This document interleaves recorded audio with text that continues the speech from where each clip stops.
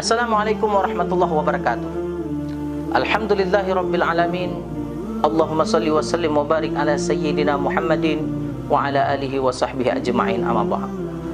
Sahabatku, saudaraku yang insya Allah semuanya kita masih dalam keadaan sehat walafiat dan tentunya masih dalam keadaan perlindungan dari Allah Subhanahu wa taala. Amin ya rabbal alamin.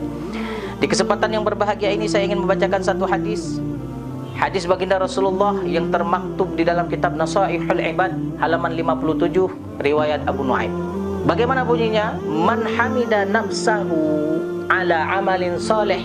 Barang siapa orang yang suka bangga, merasa puas hati dengan amal solehnya, faqad dhalla syukruhu, maka hilanglah rasa syukurnya kepada Allah, wa habita amaluhu, dan binasalah amal-amal solehnya itu. Kenapa binasa? Karena dia berpikir dengan banyaknya amal soleh yang sudah dia kerjakan, itu dapat membantunya dan dapat menyelamatkannya. Oh, belum tentu. Karena sesungguhnya seseorang itu masuk ke dalam surganya Allah, itu karena ada ridha Allah, karena ada rahmat Allah, bukan karena banyaknya amal soleh kita. Jadi kenapa kita harus beramal soleh? Karena amal soleh adalah jalan mendatangkan ridho Allah. Kalau Allah sudah ridho, maka rahmatnya pun pasti tercurah kepada hamba. Begitulah yang dipertegas oleh Ibnu Aun rahimahullah yang termaktub di dalam kitab Jami'ul Ulum wal Hikam halaman 438. Bagaimana bunyinya? La tathik bikathratil amal. Jangan engkau merasa cukup, merasa puas dengan amalmu yang banyak. Fa innaka la tadri ayyuqbalu minka amla. Engkau enggak pernah tahu apakah amalmu itu diterima oleh Allah atau tidak. Wala ta'man dzunubaka, dan jangan juga engkau merasa aman dengan dosa-dosa yang sudah kau lakukan, baik dosa di masa lalu maupun dosa yang sekarang.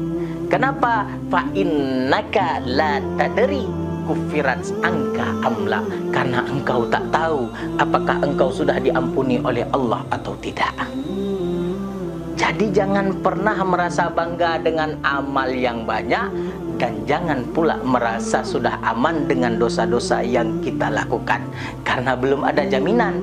Tanda-tanda diterima, ya ada, tetapi kita tidak membahas itu. Bisa jadi inna amalaka maghibun angka kullah, bisa jadi amal kita saat ini lagi kosong, nol. Kenapa? Disebabkan ria ujub tadi yang masuk ke dalam amal-amal kita, binasa amal kita. Ini yang jadi masalah.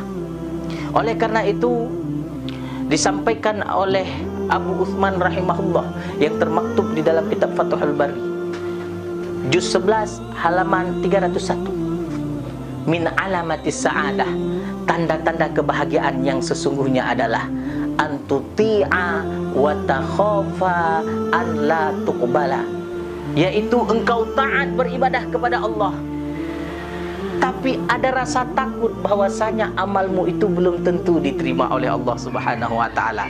Jadi takut di sini bukan membuat kita jadi down, tidak mau beramal lagi, tidak.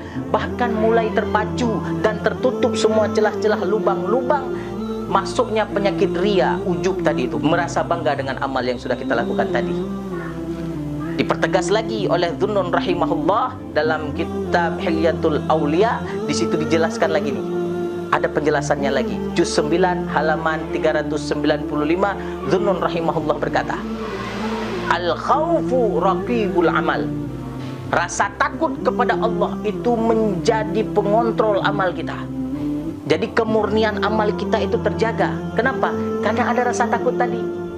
Merasa amal kita belum pasti diterima oleh Allah, jadi ada penghambaan diri. Ya Allah, terimalah amalku yang kurang ini, yang penuh dengan ketidaksempurnaan ini. Ya Allah, terimalah. Jadi penuh penghambaan.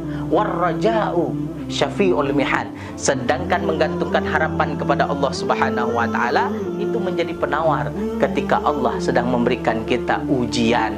Apalagi seperti keadaan saat ini, kita diberikan ujian yang begitu panjang, ya, namun kita masih bisa tersenyum. Kenapa? Karena kita masih yakin adanya Allah, karena kita masih menggantungkan harapan kepada Allah, dan Allah sebaik-baik memberi bantuan kepada kita. Makanya kita masih bisa tersenyum, karena Allah tak akan membiarkan hamba-hambanya yang ada takwa di dalam dirinya. Mudah-mudahan ini bisa menjadi ibrah bagi kita. Astaghfirukum wa asykurukum. Assalamualaikum warahmatullahi wabarakatuh.